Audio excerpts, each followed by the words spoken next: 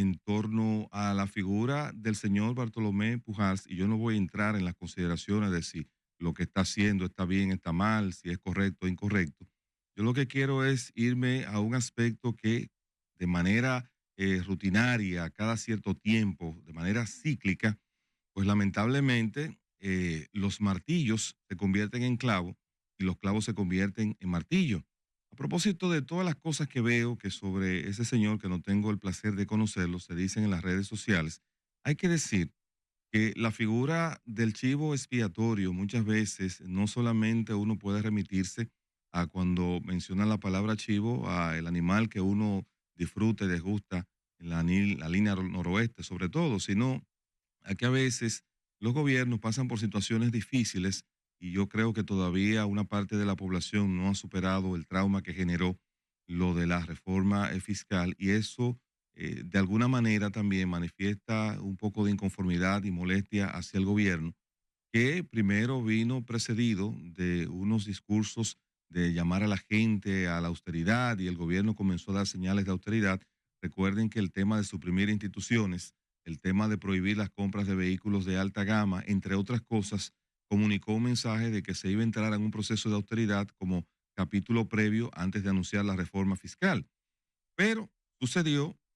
que tanto la Dirección de Ética e Integridad Gubernamental se dio una situación del famoso risor aquel de los 57 millones de pesos, de que si son 57, que si Ética solamente va a pagar 22, que si no, que las instituciones van a pagar 30, para finalmente después admitir que se pagó esa cantidad de dinero para una actividad educativa. Eso comenzó a molestar un poco a la gente por la dicotomía, por la diferencia entre el discurso de la racionalidad del gasto, de la calidad del gasto y ese tipo de cosas. Después de eso, entonces, viene el tema de los alquileres, generando también un tema de gran malestar y molestia, entre otras cosas que fueron pasando hasta que se anunció la reforma y luego entonces tener que sacarla del Congreso Nacional. Cuando hago alusión al tema de los martillos y los clavos, si usted estaba aquí en el año 2018, en el año 2019,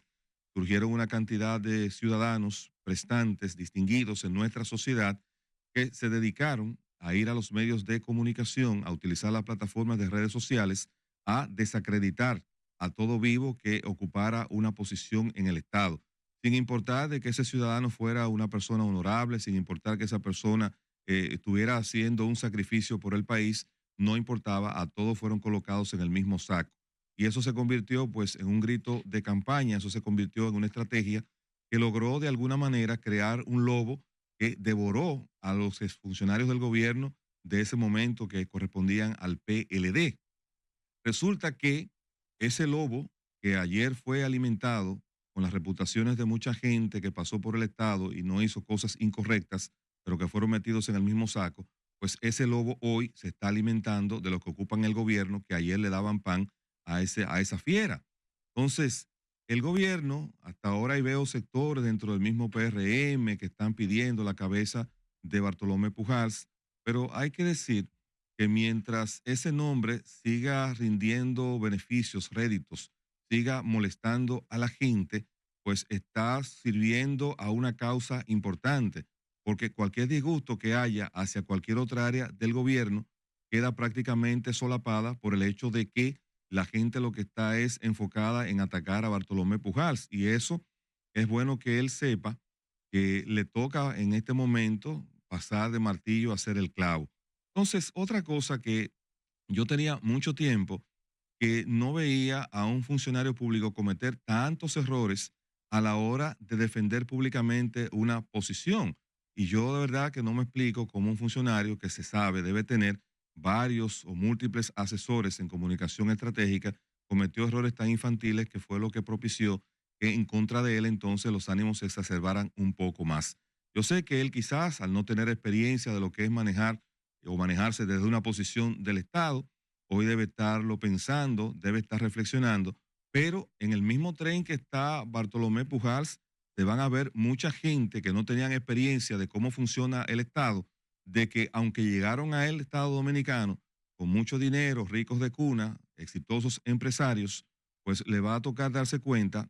de que con las mejores de las intenciones que han hecho muchos procesos, en la medida que avance el tiempo y si finalmente el presidente Luis Abinader mantiene su palabra de no buscar un próximo periodo y se pone en entredicho la posibilidad de que el PRM pueda mantenerse en el poder en esa misma dirección, todas esas personas que se montaron en el tren donde está hoy Bartolomé Pujals, pues van entonces a darse cuenta de que el paso por el Estado Dominicano no es tarea fácil, no es sencillo, porque van a ser también víctimas de ataques justificados o ataques injustificados, producto de la gestión que han desempeñado, que muchos de ellos han actuado de muy buenas intenciones y de muy buena fe. Si se descubriera que en el futuro, no muy lejano, muchos de esos funcionarios que han actuado precedidos de buena fe y que tenían un gran prestigio antes de llegar al Estado, si se descubre que mañana hay colindancias con sectores económicos que fueron utilizados para beneficiarlos o que fueron aprovechados también la posición pública para lograr otros tipos de acuerdos, de manera que pudieran garantizar una continuidad de negocios más allá de su salida por el poder, entonces eso les va a hacer ver y hasta arrepentirse de haber llegado a un estado que, si ustedes se fijan, el entusiasmo que tenía mucha gente, el impulso que tenía mucha gente, la efervescencia que tenía muchos de ellos, un espíritu más alto que el espíritu de la canela, pues con el paso del tiempo se ha ido disipando, se ha ido evaporando, y muchos de ellos ya no quieren ni siquiera dar la cara, ni se atreven ni siquiera a salir a defender una postura del gobierno en las redes sociales con tal de no ser atacados y convertirse en el centro de la atención. Entonces, la reflexión y el ejercicio es que todo aquel que va a ingresar a la política o que tiene aspiración política, pues comprende, si ha tenido por lo menos la oportunidad de manejar alguna función pública, lo difícil que es administrar el Estado dominicano, que no basta simplemente con tener una buena imagen, que no basta simplemente con tener una buena intención, sino que ahí en el Estado se afectan intereses, y cuando esos intereses usted los está afectando, pues ellos van a reaccionar con lo que tengan a la mano. No me alegro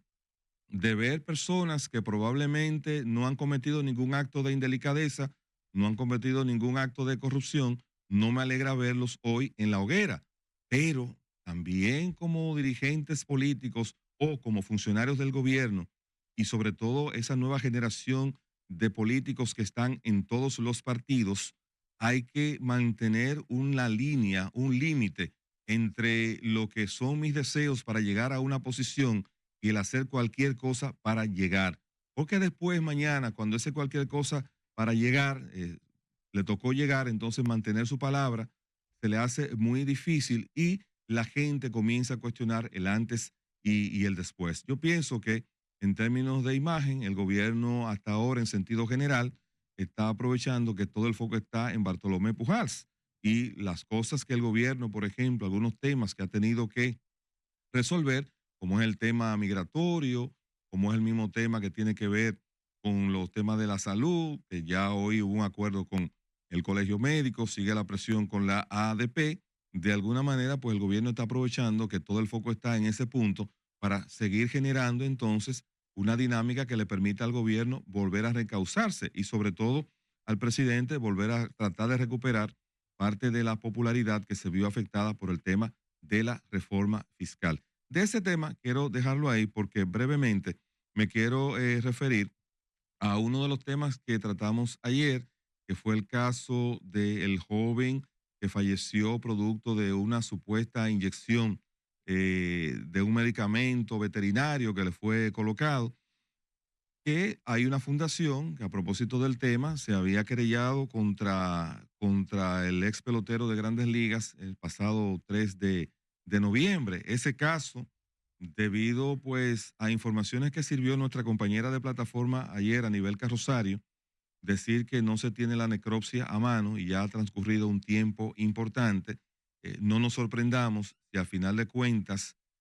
por ese caso, las personas señaladas como responsables, pues luego la justicia no puede demostrar su culpabilidad. Y esto no es un asunto de hacer un señalamiento de manera emocional y no poderlo sustentar en la justicia, sino que la justicia, para casos y sobre todo casos como estos, necesita un sustento basado en pruebas, y si el expertise no se hizo de manera adecuada o no se hizo de manera oportuna, después, cuando surgiese la decisión final de un tribunal que no apunte en la dirección que la gente espera o aspira, pues eso también se va a convertir en otra de las grandes frustraciones. Dejo